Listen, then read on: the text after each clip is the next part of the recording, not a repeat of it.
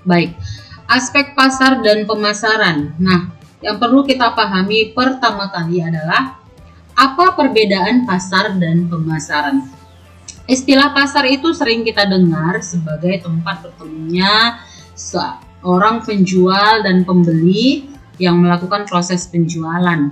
Sedangkan kita ketahui di era globalisasi ini yang begitu syarat dengan teknologi dan digital, di mana pasar sendiri telah berubah teori. Tidak perlu bertemu antara pembeli dan penjual.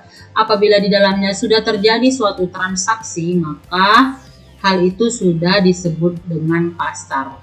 Misalnya, seperti yang marak saat ini yaitu e-commerce.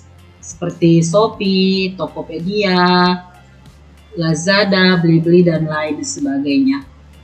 Lalu apa itu pemasaran? Nah, pemasaran itu adalah sebuah strategi bisnis. Jadi kalau tadi adalah wadahnya, ini adalah strategi bisnisnya yang mengacu pada aktivitas yang dilakukan perusahaan untuk mempromosikan penjualan suatu produk. Di sini pemasaran adalah mencakup periklanan, penjualan, dan pengiriman produk kepada konsumen atau bisnis lain. Baik, kita lanjut. Apa sebenarnya pentingnya sebuah pemasaran?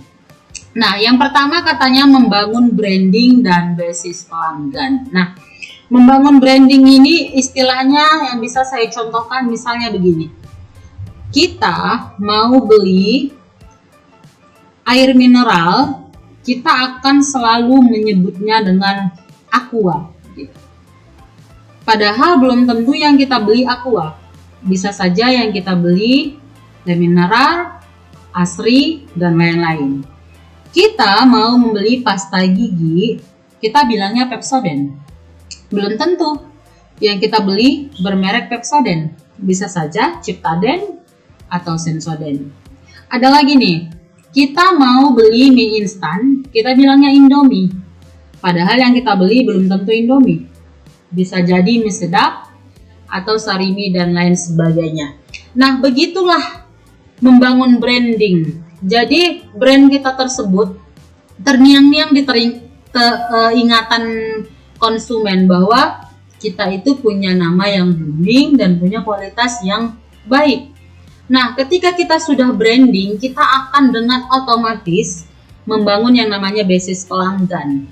Kita ketahui ya, pelanggan itu merupakan aset intangible sebuah organisasi bisnis, di mana semua organisasi bisnis itu berlomba-lomba untuk membangun basis pelanggan, untuk membangun pelanggan yang loyal kepada mereka. Nah, bagaimana tipsnya untuk membangun basis pelanggan? Itu bisa dengan memberikan varian yang bermacam-macam sesuai dengan selera, keinginan, dan minat daripada konsumen. Bisa juga memberikan promosi atau diskon. Misalnya bagi pemilik kartu member mendapatkan diskon atau potongan harga. Nah, itu sering kita lihat prakteknya apabila kita pergi ke Aido misalnya. Jadi setiap kita di kasir tuh kan kadang orang kasirnya tanya, ada kartu membernya? Nah, itu udah bagian yang namanya dari pemasaran. Yang kedua, pentingnya pemasaran katanya untuk memperoleh data kondisi pasar. Jadi memperoleh data kondisi pasar ini dilakukan oleh orang marketing yang ingin melakukan riset pasar. Nah, riset pasar sendiri memiliki tujuan, yaitu ingin menjadi pesaing atau ingin merebut pasar. Saya contohkan ini yang terjadi di merek Nokia gitu.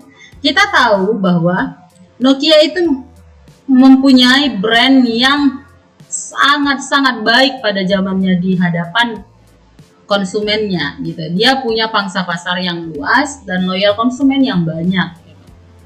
Nah, Android ingin menikung pasar daripada Nokia. Bahkan saya lihat bukan lagi sekedar menikung, tapi sudah merebut pasar Nokia gitu. Nah, bagaimana Android ingin merebut? Tentu Android harus melakukan riset pasar dengan memperhatikan jumlah permintaan dan jumlah masyarakat yang ada atau konsumen yang ada. Nah, riset pasar ini dilakukan Untuk apa gitu? Riset pasar ini dilakukan untuk memprediksi jumlah permintaan. Nah, setelah diprediksi jumlah permintaan, data-data tersebut diberikan kepada pengelola produk atau bagian produksi agar nantinya kuantitas yang di-launchingkan, kuantitas yang dibuat itu tepat sesuai dengan keinginan konsumen dan kualitasnya tepat pula sesuai dengan kemauan pasar. Nah, itulah apa yang dimaksud dengan pentingnya pemasaran. Kita lanjut. Prospek perusahaan dalam pemasaran. Nah, secara umum kita tahu pemasaran itu memasarkan 7 entitas yang dipasarkan. Yang pertama adalah barang. Yang kedua jasa. Jasa itu bisa dicontohkan seperti perhotelan, penerbangan, rental, dosen, guru. Ini adalah entitas jasa. Lalu acara. Kalau acara itu seperti pertelevisian, YouTube, TikTok. Pengalaman. Nah, kalau pengalaman ini bisa saya katakan ini adalah perpaduan dari barang dan jasa, di mana perusahaan tersebut dia itu memberikan konsumen untuk melihat misalnya melihat seperti Disneyland atau hal-hal magic gitu atau hal-hal kuno gitu. Jadi seperti pertunjukan dia gitu. Lalu ada orang. Yang dimaksud dengan entitas orang ini bukan perdagangan manusia ya atau human trafficking, bukan. Orang ini maksudnya di sini adalah seperti dunia keartisan, di mana artis itu punya manajer yang menaungi dia. Jadi manajer ini biasanya akan mencari job, akan mencari pekerjaan untuk artisnya gitu, agar artisnya tersebut punya job, punya jam tayang, dan mereka mendapatkan income dari pekerjaannya. Kalau tempat, simpelnya adalah tempat wisata. Jadi bagaimana pemasaran itu bisa menghadirkan turis-turis, orang-orang yang mau berwisata ke tempat-tempat yang ada di negara atau di wilayah tertentu. Kalau properti ya seperti kita ketahui lah ya, properti bahan-bahan bangunan, pokoknya yang real estate lah dia, yang berbentuk properti gitu. Tujuan perusahaan dalam pemasaran, yang pertama adalah menguasai pasar. Jadi setiap perusahaan itu dia punya tujuan. Kalau dia ingin menguasai pasar, artinya dia harus memperluas yang namanya market share-nya gitu. Jadi dia bisa menjadi pasar yang branding gitu. Dia menjadi top leader di barir atau di baris pemasaran itu gitu. Lalu yang kedua katanya mengurangi kompetisi. Nah, mengurangi kompetisi ini misalnya dengan memberi harga yang serendah-rendahnya dengan kualitas yang sama dengan pesaing lainnya gitu. Jadi dia itu memang betul-betul ingin mematikan lawan, dalam artian ingin mengurangi yang namanya kompetisi atau mengurangi kompetitor. Meningkatkan prestis. Nah, kalau meningkatkan prestis ini bisa saya contohkan dengan perusahaan yang ingin meningkatkan image baiknya di hadapan masyarakat, di hadapan konsumen, di hadapan setiap pelanggan-pelanggannya. Lalu meningkatkan penjualan dan laba. Ini sudah barang tentu. Jika misalnya penjualan kita meningkat dengan adanya pemasaran, tentu laba kita juga akan meningkat, omset kita juga akan meningkat gitu. Lalu memenuhi keinginan stakeholder. Jadi kalau keinginan stakeholder itu dia mencakup dari keinginan pemilik perusahaan, keinginan pemerintah, juga keinginan daripada masyarakat. Nah, itu dimaksudkan juga dalam tujuan dari pemasaran. Nah, ini sudah dipelajari ya, struktur pasar ini sudah dipelajari kalau saya tidak salah dan saya tidak silap itu dalam ekonomi manajerial. Nah, pasar itu ada pembagiannya. Yang pertama adalah pasar persaingan sempurna. Pasar di mana persaingannya berada di level yang paling besar. Ekonom neoklasik berpendapat bahwa pasar persaingan sempurna akan menghasilkan hasil terbaik bagi konsumen dan masyarakat. Dapat dikatakan sempurna karena di dalam pasar penjual sama-sama menjual barang sejenis dan tidak ada persaingan harga di dalamnya, serta para penjual dapat bebas keluar masuk pasar karena di dalam pasar persaingan sempurna, tidak ada penghalang atau barir. Pelaku di pasar persaingan sempurna dalam hakikatnya tidak memiliki kemampuan sama sekali untuk menentukan harga pasar. Harga pasar ditentukan oleh mekanisme pasar, yaitu interaksi permintaan dan penawaran. Jadi sifatnya lebih kepada kondisi pasar sendiri. Berapa permintaan, berapa penawaran. Nah, dia tidak bisa menentukan harga pasar.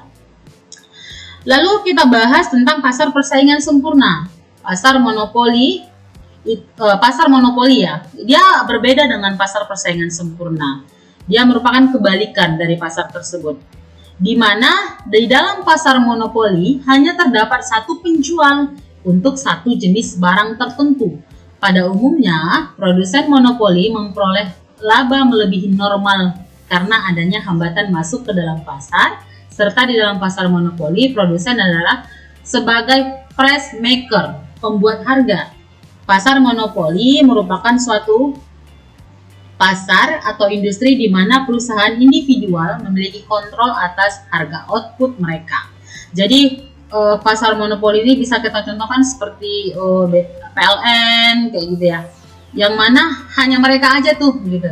Tapi sering juga kita lihat, kita dengar juga ya, kadang-kadang katanya BUMN merugi, termasuk PLN gitu merugi. Kadang kita mikirnya di mana gitu jenis ruginya ya kan, karena hanya mereka loh satu-satunya gitu. Kita nggak bisa cari alternatif lain yang hanya mereka gitu. Lalu kita masuk ke pasar persaingan monopolistik. Bentuk pasar yang di dalamnya terdapat banyak penjual yang menghasilkan atau menjual produk yang berbeda-beda. Pada dasarnya, persaingan monopolistik adalah pasar yang berada di antara pasar persaingan sempurna dan monopoli. Tidak adanya homogenitas produk adalah aspek pokok yang membedakan pasar persaingan sempurna, dan bukan aspek jumlah perusahaan yang ada di dalam pasar maupun aspek kebebasan bagi perusahaan-perusahaan baru untuk masuk ke dalam pasar. Yang terakhir adalah pasar oligopoli. Struktur pasar yang industrinya didominasi oleh sejumlah kecil perusahaan yang saling bersaing. Setiap perusahaan memiliki kekuatan yang cukup besar untuk mempengaruhi harga pasar. Pasar oligopoli adalah pasar yang terdiri dari sekelompok kecil perusahaan. Biasanya struktur dari industri dalam pasar oligopoli terdapat beberapa perusahaan raksasa yang menguasai 70-80% dari seluruh produksi atau nilai penjualan. Nah, ini 4 jenis struktur pasar. Ini contohnya ya, monopoli, PLN, MS Windows, oligopoli, minyak mentah, MS Windows, persaingan monopolistik, novel, film bioskop, persaingan sempurna, gandum atau susu. Nah, kita masuk kepada segmentasi pasar. Segmentasi pasar itu maksudnya adalah membagi pasar menjadi beberapa kelompok pembeli yang berbeda, yang mungkin memerlukan produk atau marketing mix yang berbeda pula gitu. Jadi kita tuh segmen sektor gitu ya. Kita membagi-bagi gitu, membagi-bagi pasar. Nah, ini ada variabel segmentasi pasar. Yang pertama adalah segmentasi geografi. Segmen ini membagi pasar dengan melihat letak geografinya, misalnya negara, atau diperkecil menjadi provinsi, kabupaten, dan seterusnya. Pebisnis bisa menentukan dalam setiap kabupaten atau kota mau meletakkan berapa unit market. Jadi perusahaan mampu beroperasi di beberapa daerah dan menghilangkan peluang dari daerah lainnya. Masuk kita kepada segmentasi demografi. Segmentasi demografi berbagi pasar sesuai usia, pendapatan, jenis kelamin, ras, agama, generasi, pendidikan, dan lain sebagainya. Segmentasi psikografis. Segmentasi yang membagi pasar melalui kepribadian konsumen. Psikografis ialah ilmu yang menggabungkan psikologi dan demografi untuk mengetahui lebih dalam keinginan konsumennya melalui gaya hidup, nilai, dan kepribadiannya. Segmentasi perilaku. Segmentasi ini dibagi sesuai pengetahuan pengguna, sikap, dan respon terhadap barang atau jasa, di mana perusahaan akan mengetahui konsumen potensial dari respon yang mereka tunjukkan saat melihat peluncuran produk baru. Oke, kita masuk kepada pasar sasaran dan targeting. Jadi targeting itu maksudnya kita harus pasar sasaran itu maksudnya mengevaluasi setiap keaktifan segmen, kemudian memilih salah satu segmen pasar atau lebih, satu atau lebih untuk kita layani gitu. Evaluasi segmen mulai dari ukuran dan pertumbuhan setiap segmen, seperti data penjualan terakhir, proyeksi laju, pertumbuhan dan margin laba setiap segmen. Dan apa sih sasaran dan sumber daya perusahaan yang dimiliki. Jadi di targeting inilah nanti kita bisa membuat estimasi pasar. Nah, disinilah nanti melalui targeting ini kita akan membuat estimasi pasar.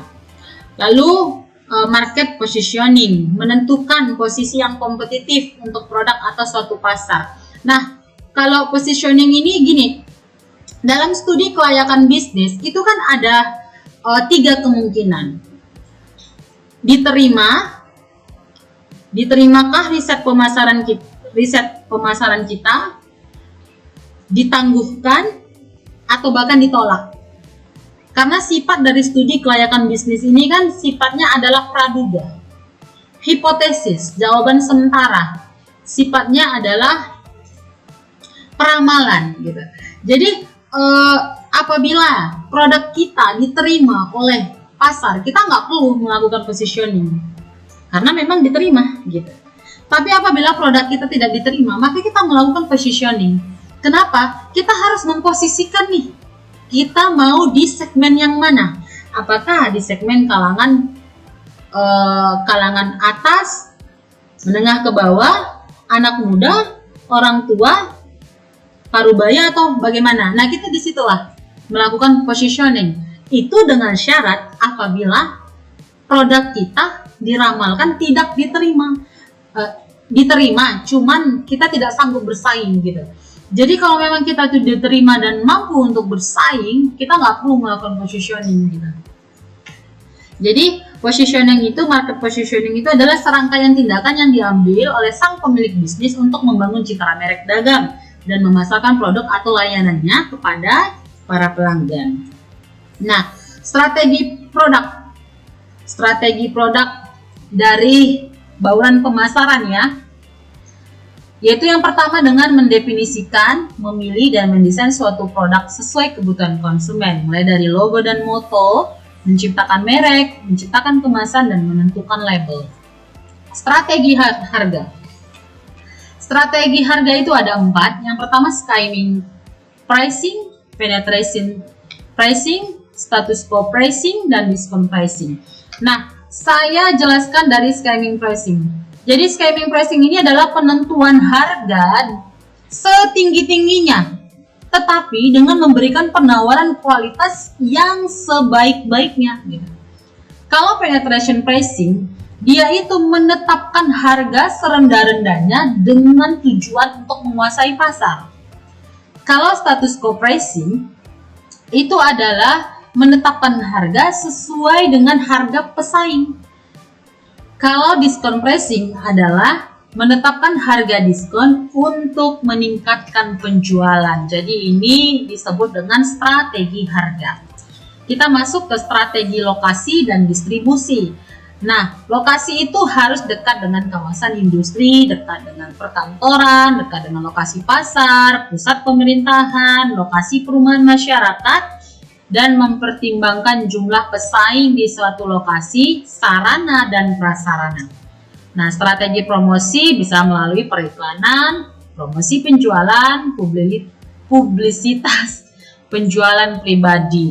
Nah, ini materi selesai untuk aspek pasar dan pemasaran. Minggu depan kita masuk kepada perhitungan estimasi pasar. Disitulah saya katakan kita akan melihat, kita akan membuat suatu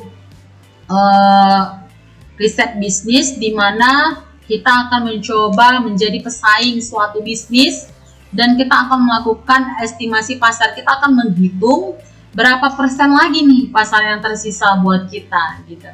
Apakah besar dan omsetnya berapa, diperhitungkan, diramalkan gitu. Jadi kita minggu depan masuk ke pelajaran